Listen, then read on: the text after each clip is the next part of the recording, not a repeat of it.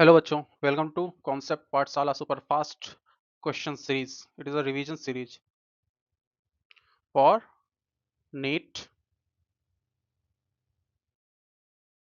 And Mains 2025. इसमें क्या होगा, हम लोग शॉर्ट नोट प्रोवाइड करते हैं आपको. उसके बाद सारे इंपॉर्टेंट कॉन्सेप्ट कवर होंगे. उसके बाद हम लोग करेंगे most occurring questions, easy explanations होंगे क्वेश्चन के. इसके अलावा कई तरीके होते हैं क्वेश्चन को करने के. ठीक है, तो ये सब हम लोग कवर करने वाले हैं. अपकमिंग चैप्टर्स भी हम लोग कवर करेंगे. एक चैप्टर तो हो चुका है हमारा. कौन सा चैप्टर? मोल कॉन्सेप्ट का, जिसका लिंक मैं डिस्क्रिप्शन में या वीडियो के एंड में मैं आपको प्रोवाइड कर दूंगा. उसको जाके देख लीजिएगा और वीडियो को पूरा देखिए. अगर पसंद आए तो चैनल को सब्सक्राइब कीजिए और वीडियो को लाइक कीजिए. ठीक है, तो बिना टाइम वेस्ट करते हुए आगे बढ़ते हैं. आज हमारा है टॉपिक एटॉमिक स्ट्रक्चर. इससे पहले हम लोग क्वेश्चन की तरफ आगे बढ़े, हम लोग को कुछ पॉइंट्स नोट डाउन कर लेने चाहिए. या ना हो तो आप लोग स्क्रीनशॉट ले सकते हैं इसका, और पीपीटी मैं टेलीग्राम चैनल पे अपलोड कर दूंगा. उसके अलावा कोई डाउट होगा तो इस नंबर पे आप कांटेक्ट कर सकते हैं, व्हाट्सएप मैसेज वगैरह कर सकते हैं. ठीक है, इसको नोट डाउन कर लीजिएगा. तो हम लोग बढ़ते हैं आगे. अब कुछ टर्म्स होती हैं जिसको पहले हम लोग जान लेते हैं. आइसोटोप्स क्या होते हैं? सेम नंबर ऑफ प्रोटॉन, जिसका एटॉमिक नंबर क्या होता है? सेम होता है, लेकिन मास नंबर क्या होता है? चेंज होता रहता है. जैसे कार्बन 12, कार्बन 14. आइसोबार क्या करते हैं? होते हैं जिनका मास नंबर सेम होता है. ठीक है, एटॉमिक नंबर डिफरेंट होता है. आइसोटोन्स क्या होते हैं? जिनका न्यूट्रॉन न्यूट्रॉन नंबर क्या होता है? सेम होता है. जिसके नंबर ऑफ न्यूट्रॉन्स, ऐसे दो एलिमेंट जिसके नंबर ऑफ न्यूट्रॉन सेम हो उसे क्या बोलेंगे? आइसोटोन्स बोलेंगे. आइसो इलेक्ट्रॉनिक क्या होते हैं? सेम नंबर ऑफ इलेक्ट्रॉन, जिसमें क्या होता है? नंबर ऑफ इलेक्ट्रॉन सेम होते हैं. दो या दो से ज्यादा एलिमेंट जिनके atomic numbers number of electrons same हो उसे क्या बोलेंगे? Isoelectronic. Isosteres, same electrons और एटॉमिसिटी, इनकी एटॉमिसिटी और इलेक्ट्रॉन्स क्या होने चाहिए? सेम होना चाहिए. ठीक है. आइसोडाइफर्स में क्या? न्यूट्रॉन और प्रोटॉन का डिफरेंस, न्यूट्रॉन और प्रोटॉन का डिफरेंस क्या होना चाहिए? सेम होना चाहिए. ठीक है. पैरामैग्नेटिक स्पीसीज क्या होती हैं? जिसके पास अनपेयर्ड इलेक्ट्रॉन्स हो. अनपेयर्ड इलेक्ट्रॉन्स, ऐसी स्पीसीज जिसके पास अनपेयर्ड इलेक्ट्रॉन्स हो. डायमैग्नेटिक क्या होती हैं? स्पीसीज या एलिमेंट, कंपाउंड कुछ भी बोल सकते हैं, जिसके पास कोई भी अनपेयर्ड इलेक्ट्रॉन ना हो. ठीक है.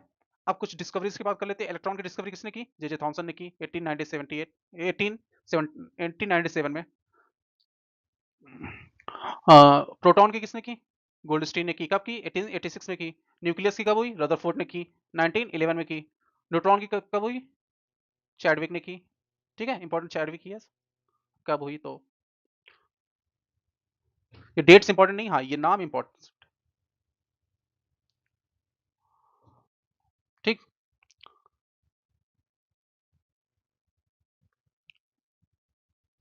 और mass of electron 1 point, mass of electron कितना होता है? 9.1 इंटू 10 की पावर माइनस 31 किलोग्राम. प्रोटॉन क्या होता है? 1840 टाइम्स मास ऑफ इलेक्ट्रॉन. ठीक है. ई बाई एम का रेशियो क्या होता है? 1.7 इंटू 10 की पावर 11 कोलम पर केजी. ये एनसीईआरटी में गिवन है, इसलिए इसको थोड़ा सा याद रखिएगा. ये तो इलेक्ट्रॉन का चार्ज तो आपको पता होगा, 1.6 इंटू 10 की पावर माइनस 19. माइनस में मतलब नेगेटिव चार्ज होता है, और प्रोटॉन का प्लस में ही इतना होता है. ठीक है. नंबर ऑफ स्पेक्ट्रल, ये तो आगे का टॉपिक है हमारा. फॉर्मूला कुछ देख लेते हैं. जैसे कि total energy of n Bohr orbit क्या होती है? ये होती है, इतनी लंबी चौड़ी होती है, लेकिन हमें याद क्या करना? ये वाली चीज, n equals to minus 13.6 into Z square upon n square. Important क्या है? ये directly proportional to Z square upon n square है. ये याद रखने की जरूरत है. जेड मतलब एटॉमिक नंबर, एन मतलब सेल का नंबर. ठीक है. रेडियस किस पे, रेडियस की वैल्यू क्या होती है? 0.0529 into n square by Z square. ये याद रखने की जरूरत है. ठीक. और वेलोसिटी कितनी होती है? 2.18 इंटू 10 की पावर 6 जेड अपॉन ये एन. किसके प्रोपोर्शनल है? ये जेड बाई एन के प्रोपोर्शनल है. जेड बाई एन, ये इंपॉर्टेंट है, याद रखने की जरूरत है आपको. क्योंकि एक का दे दिया जाएगा किसी एक एलिमेंट का, दूसरे एलिमेंट का पूछ लिया जाएगा. एटॉमिक नंबर में पता होता है, और साथ ही साथ नंबर ऑफ सेल दे देगा, कौन सी सेल में ये रेडिएशंस वगैरह रिलीज हुए हैं. तो आपसे पूछा जा सकता है कि हाँ इसका एटॉमिक नंबर बताओ, या इसका किस में एनर्जी ज्यादा होगी ये बताओ, या रेडियस किसका ज्यादा हो सकता है, या वेलोसिटी किसकी ज्यादा हो सकती है, कौन से इलेक्ट्रॉन्स की कौन से ट्रांजिशन की हो सकती है. ठीक है. आगे हम लोग हाइड्रोजन स्पेक्ट्रम वगैरह पढ़ेंगे तो इसमें काम आएगा. आगे बात करते हैं. रिवोल्यूशन पर सेकंड क्या होगा? रिवोल्यूशन पर सेकंड क्या होगा? v by 2 pi R. 2 pi R क्या हुआ? टोटल सरकमफेरेंस हुआ उस ऑर्बिट का, ठीक है, v बाई टोटल सरकमफेरेंस, ये क्या होगा, रिवोल्यूशन पर सेकंड, रिवोल्यूशन हुआ, और ये किसके प्रोपोर्शनल हुआ, रिवोल्यूशन पर सेकंड किसके प्रोपोर्शनल है, Z square by n cube के, ठीक है, Z square by n cube के प्रोपोर्शनल होता है, याद रखने वाली चीज है, ठीक है। आगे बढ़े, टाइम फॉर रिवोल्यूशन क्या होता है, 2πr/v, ये वैसे रिवोल्यूशन पर सेकंड इसको फ्रीक्वेंसी भी बोल सकते हैं, और टाइम फॉर वन रिवोल्यूशन क्या होगा, वो किसके प्रोपोर्शनल होगा, जस्ट इसके इसका उल्टा, ठीक है, फ्रीक्वेंसी क्या होती है, टाइम पीरियड की उल्टी होती है। और डेल्टा ई क्या होता है, 13.6 जेड स्क्वायर, कभी कभी जेड स्क्वायर यहाँ पे नहीं दिया रहता है, जेड स्क्वायर क्यों नहीं दिया रहता, क्योंकि वहाँ पे ये मान लिया जाता है ये हाइड्रोजन के साथ ये एनर्जी का चेंजमेंट हो रहा है, तो इसलिए जेड की वैल्यू क्या ले ली जाती है, 1, ठीक है, तो n1 स्क्वायर n2 स्क्वायर, ये कुछ भी हो सकते हैं, ठीक है। अब ये आती है फोटो इलेक्ट्रिक इफेक्ट की एक इक्वेशन है, h mu equals to h mu naught plus half m v square, half m v square क्या है, ये kinetic energy of emitted electron, h mu naught क्या है, वर्क फंक्शन है, एच म्यू जो रेडिएशन उस पर अप्लाई किया गया उसकी टोटल एनर्जी है। ऑर्बिटल एंगुलर मोमेंटम क्या होता है, एम वी आर होता है, किसके बराबर होता है, H by two pi under root l l plus one, ये क्या है, एजीमुथल क्वांटम नंबर या सेकेंडरी क्वांटम नंबर जो भी बोल सकते हैं इसको। टोटल एनर्जी क्या होती है, पोटेंशियल एनर्जी बाई 2, ठीक है। अब बोर्स एटॉमिक मॉडल में क्या है, इलेक्ट्रॉन एंगुलर मोमेंटम कितना होता है, एनएच बाई टू पाई, या फिर लिख सकते हैं L angular momentum NH by two pi, या M V R equals to NH by two pi, ठीक है, H by two pi common है, कभी कभी जगह इसको ऐसे लिख देते हैं, ठीक है। Electron revolution in fixed circular path with fixed energy, atomic model क्या था इनका, electron revolution in fixed circular path with fixed energy, second point ये याद रखने की जरूरत है। मैक्स प्लैंक की एक इक्वेशन थी उसको याद रखने की जरूरत है, E is directly proportional to frequency, तो E equals to h by h into mu, या म्यू को हम क्या लिख सकते हैं, म्यू मतलब फ्रीक्वेंसी, C बाई लैम्डा लिख सकते हैं, तो इसकी इक्वेशन ये निकल के आती है एच सी बाई लैम्डा। और डी ब्रॉजली हाइपोथेसिस की बात करते हैं, every microscopic moving particle is wave, कोई भी माइक्रोस्कोपिक पार्टिकल अगर मूव कर रहा है तो वो वेव फॉर्म में ही मूव करेगा, जिसकी वेवलेंथ क्या होगी, h equals to h by p, p मतलब क्या, मोमेंटम, इलेक्ट्रॉन, और इलेक्ट्रॉन विथ काइनेटिक एनर्जी, अगर उसकी काइनेटिक एनर्जी गिवन है तो लैम्डा कैसे आएगा, h by under root two m two kinetic energy. अब बात करते हैं लाइन स्पेक्ट्रम ऑफ हाइड्रोजन की, ये वेव नंबर है, वेव नंबर क्या कैसे आता है, wave number equals to 109677 bracket में 1 upon n1 square minus 1 upon n2 square. आप डिफरेंट डिफरेंट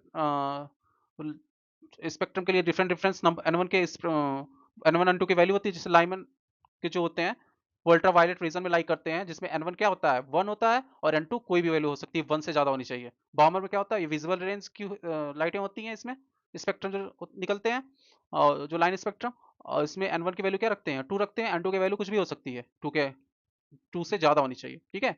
ये पास्चन में क्या होता है, n1 की वैल्यू 3 हो सकती है, ब्रैकेट में 4 और पुफन में 5, ठीक है।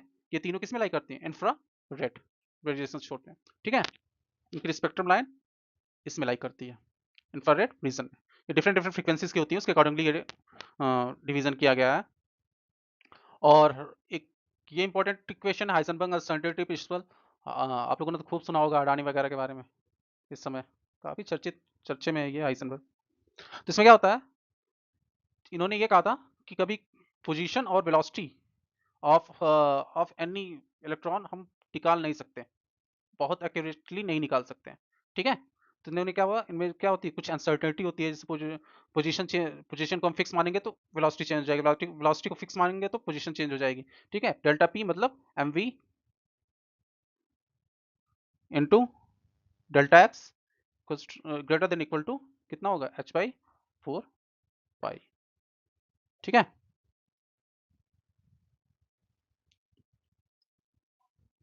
याद रहेगा, ठीक है।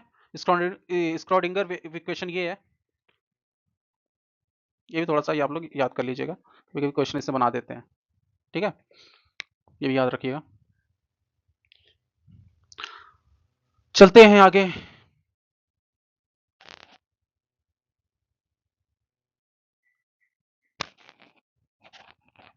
और यहाँ थोड़ा सा छूट रहा है, अब इसमें क्या होगा, number of spectral line observe क्या होता है, n-1।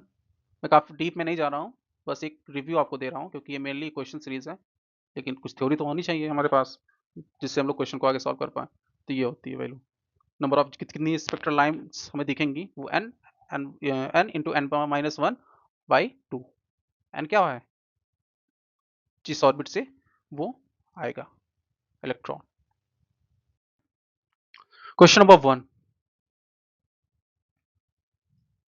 Question number one quantum number दी मैंने। क्वांटम नंबर पहले हम लोग जान देते हैं। 4 टाइप्स ऑफ क्वांटम नंबर होते हैं। पहला क्या होता है, n।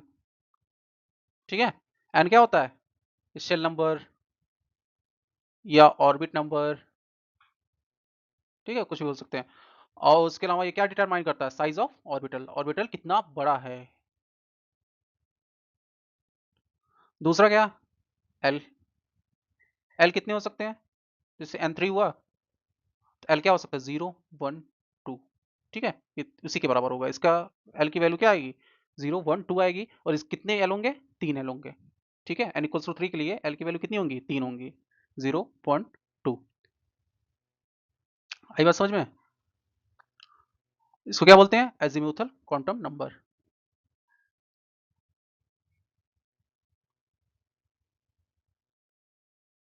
ये क्या डिटरमाइन करता है, shape of orbital, shape of orbital. तीसरा क्या होता है, ml। ये क्या होता है, magnetic quantum number, magnetic quantum number. ठीक है, ये क्या डिटरमाइन करता है, ओरिएंटेशन ऑफ ऑर्बिटल, ओरिएंटेड कैसा होगा ऑर्बिटल। और लास्ट क्या होता है, ये स्पिन क्वांटम नंबर होता है। ये क्या डिटरमाइन करता है, ये डिटरमाइन करता है स्पिन ऑफ इलेक्ट्रॉन। एक ऑर्बिटल में इलेक्ट्रॉन कैसे हैं, उनकी और स्पिन क्या है। ठीक है, ऐसे होता है ऑर्बिटल,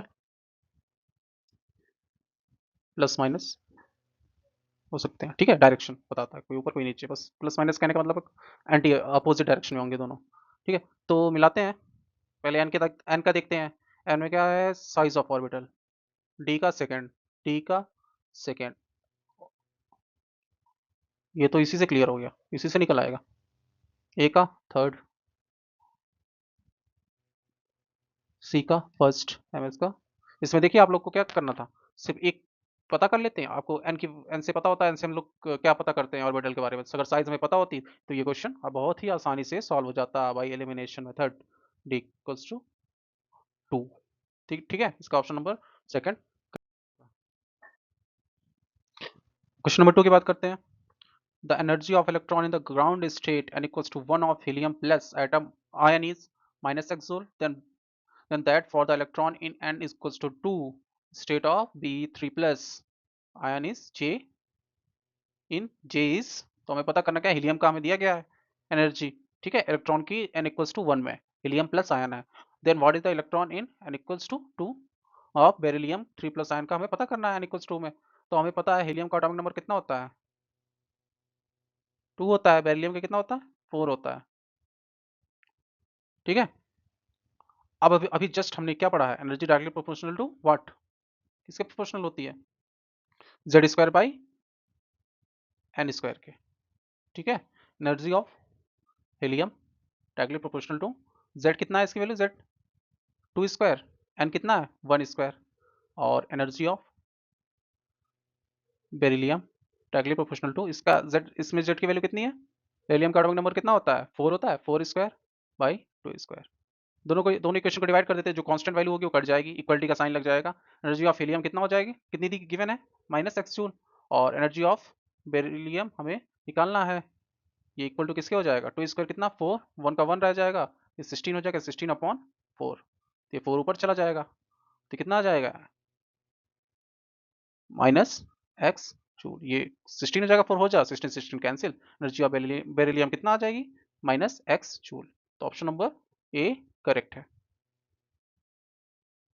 आगे बात करते हैं, द रिलेशन बिटवीन एनएम, ध्यान देना ये एनएम है, number of magnetic quantum number, the number of permissible value of magnetic quantum number M for a given value of azimuthal quantum number. मान लेते हैं क्वांटम नंबर जो होते हैं, एजीम्यूथल क्वांटम नंबर मानते हैं एल जो है उसकी वैल्यू 3 है।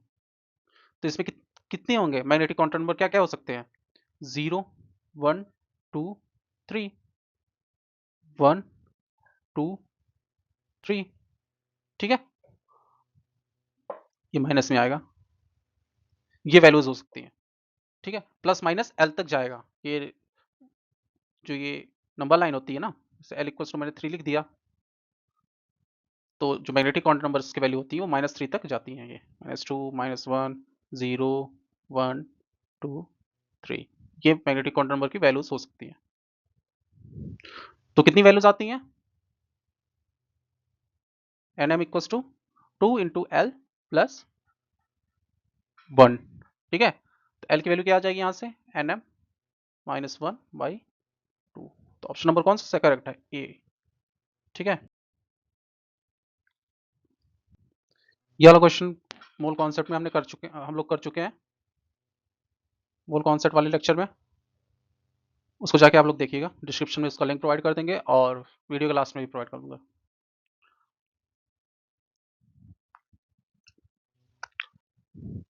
ये वाला क्वेश्चन है, रेडियस हमें पता है, radius directly proportional to n²/z। ठीक है, ये हमें पता है। तो जैसे हमने एनर्जी का निकाला था ना, वैसे इसका भी हमें निकालना होगा।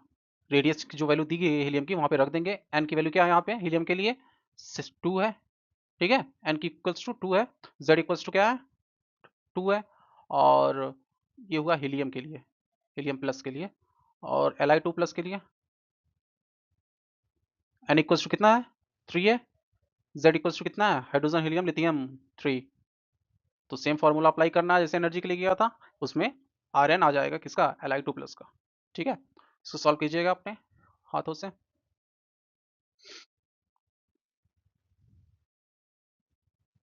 इसमें क्या है? All the 5d orbitals are different in size when compared to the 4d।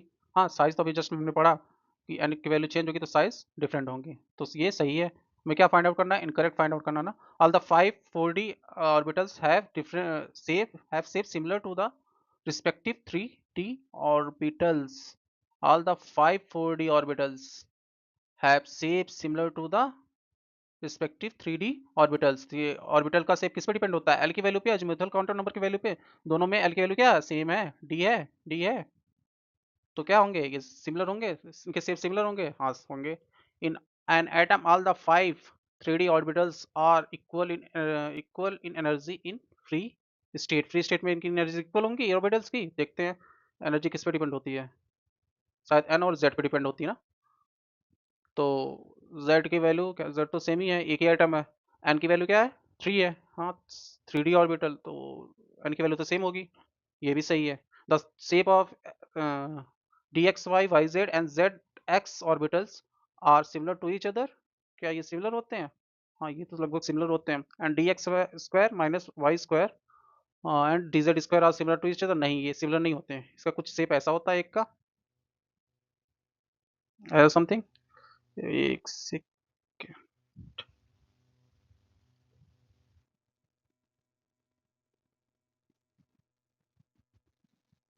मान लेते हैं। अच्छा, नहीं बन पाता इससे पेन से।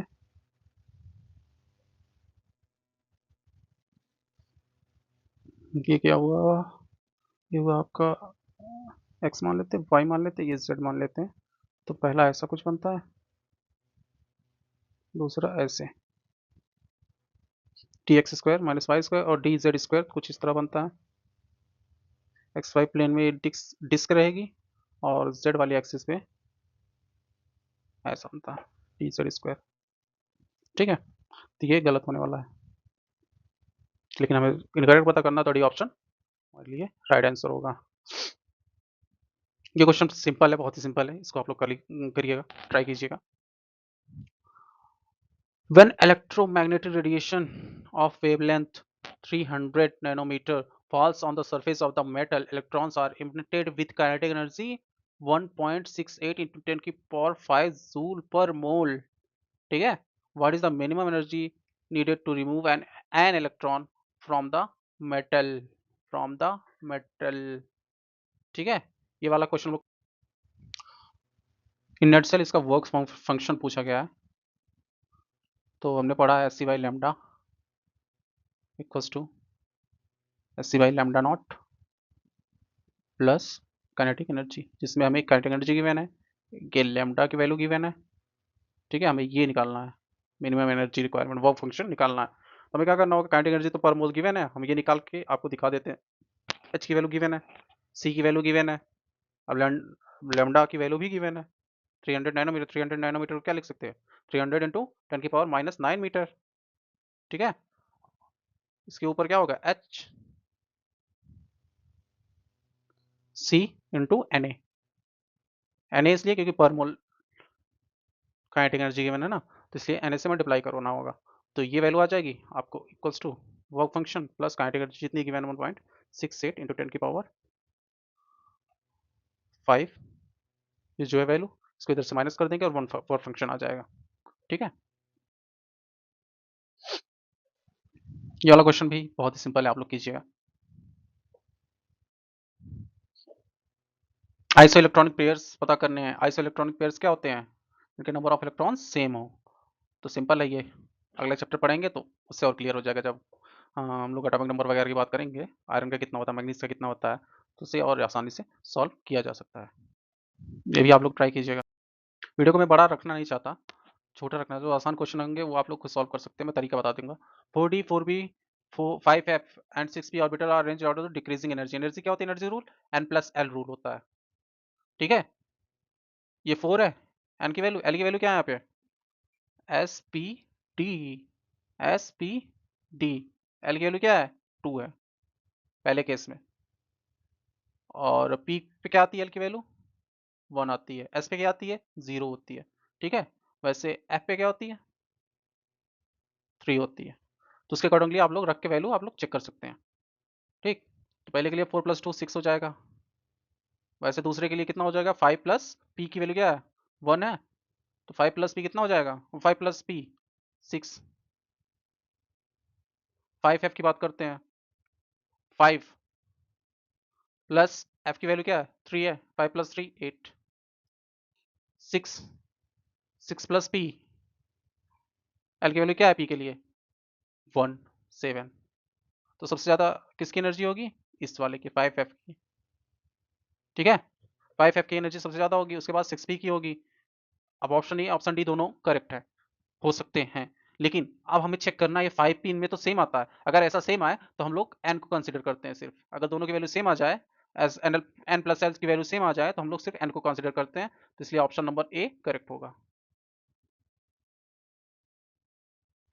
Which of the following series of transition in the spectrum of hydrogen atom fall in visible region, ये तो सिंपल था आपका, थ्योरी में मैंने बताया था बामर।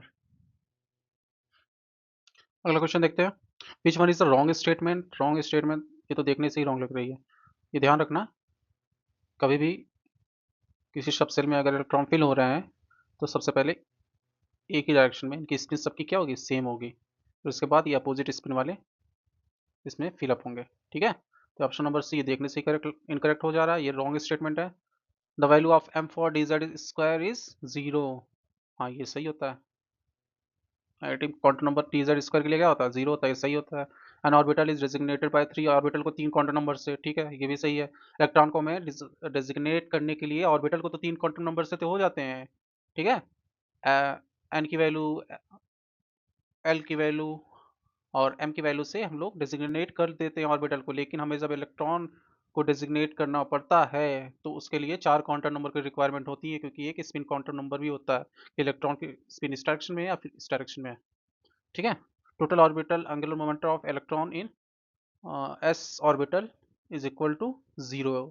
एस ऑर्बिटल की बात पूछी गई है, एस ऑर्बिटल में एल की वैल्यू क्या होती है 0 होती है, तो जो वैल्यू हम वहाँ पे रखते हैं अंडर रूट में जो वैल्यू होती है L plus L, L into L plus 1, ये क्या आता है 0, एंगुलर मोमेंटम क्या हो जाएगा 0, ठीक है। और ये इसमें से रॉन्ग स्टेटमेंट तो बहुत मैंने कराई है, इसको थ्योरी सही है, थ्योरी पढ़े हो गया अच्छे से तो ये भी हो जाएगा। ये वाला भी आप लोग ट्राई कीजिए, सारा मैं कराते जाऊंगा तो आप लोग क्या ट्राई करेंगे। Two electrons occupying the same orbital are distinguished by, अभी हमने पिछले क्वेश्चन में पढ़ा है कि जो फोर्थ क्वांटम नंबर होता है वो इलेक्ट्रॉन की स्पिन डिफाइन करता है, तो स्पिन क्वांटम नंबर होगा, ठीक है। एक ही ऑर्बिटल में है लेकिन दोनों की स्पिन अलग है, तो इन दोनों को डिस्टिंग्विश कौन कर रहा है, स्पिन क्वांटम नंबर। इसके लिए तो प्रिंसिपल, मैग्नेटिक और अजीमुथल तीनों सेम होंगे एक ऑर्बिटल के लिए, लेकिन स्पिन क्वांटम नंबर क्या होगा, डिफरेंट होगा। ये आप लोग ट्राई कीजिएगा, ऑर्बिटल को देखिएगा, ऑर्बिटल से आपको ये वैल्यूज आ जाएंगी। Which of the following pairs of D orbital will have electron densities along the axis, axis के अलोंग किस किस की डेंसिटीज होती हैं। ठीक है, एनसीईआरटी आप लोग मान के चलता हूँ एनसीईआरटी पढ़े होगे, सिंपल सा क्वेश्चन, ट्राई कीजिएगा। हाँ, जो मैं क्वेश्चन छोड़ रहा हूँ तो उसको आप लोग एनसीईआरटी बुक वगैरह खोल के, अगर नहीं आता तो कोशिश कीजिए आपको उसका सॉल्यूशन मिल जाए। आप ढूंढेंगे तभी तो प्रैक्टिस अच्छी होगी हमारी आपकी। ठीक है, साथ साथ चलते हैं। The angular momentum of electron in D orbital is equal to, D orbital के लिए एल की वैल्यू क्या होती है, एल की वैल्यू क्या होती है, एस पी डी 2 होती है। अब वहां पे आप लोग निकाल सकते हैं। ओके, एंगुलर मोमेंटम हमने थ्योरी में बात की है, आप ठीक कीजिए इसको, बस खत्म होता है। और अगला चैप्टर आएगा पीरियोडिक टेबल का, तो चैनल को सब्सक्राइब कर लीजिएगा आगे बने रहने के लिए। देखो इंपॉर्टेंट क्या है ना, वो शॉर्ट नोट इंपॉर्टेंट है। अगर आपको वो पूरी रटी रटाई है तो आपके जो 45 क्वेश्चन आने वाले हैं वो आराम से हो जाएंगे। ठीक है, उसमें से 40 क्वेश्चन तो डायरेक्ट होते हैं। हाँ, 4-5 क्वेश्चन ऐसे होते हैं थोड़े ट्रिकी टाइप के होते हैं, रैंक डिसाइडिंग क्वेश्चन होते हैं, वो हर चैप्टर में क्या बोलते हैं उसको, हर सब्जेक्ट में आते हैं। ठीक है, तो वो रैंक डिसाइडिंग क्वेश्चन होते हैं, तो उसको इसको आप कर लेंगे तो ऑटोमेटिक है वो भी कर ले जाएंगे। ठीक, मान लीजिए इसमें फार्मूला बेस्ड आपको पूछ लेगा, उसमें क्या वैल्यू रख के निकालना, वो 5 क्वेश्चन में क्या आपको वैल्यू रखनी पड़ेगी, थोड़े हायर ऑर्डर थिंकिंग स्किल के क्वेश्चन हो सकते हैं। ठीक है, तो आप लोग साथ बने रहिएगा हमारे। और यहीं पे चैप्टर को एंड करते हैं, 30 मिनट से ज़्यादा वीडियो मैं बनाता नहीं हूँ क्योंकि बोरियत होती है। और साथ ही साथ मैं रैपिड रिवीजन सीरीज लेके आऊँगा एग्जाम के 2-3 दिन पहले से चालू होंगी, तो 3 दिन में हम कवर कर लेंगे सारे टॉपिक्स। ठीक है, मैं लाइव भी आऊँगा आपके साथ, अगर कोई डाउट होगा आपको तो इस नंबर पे आप कांटेक्ट कर सकते हैं।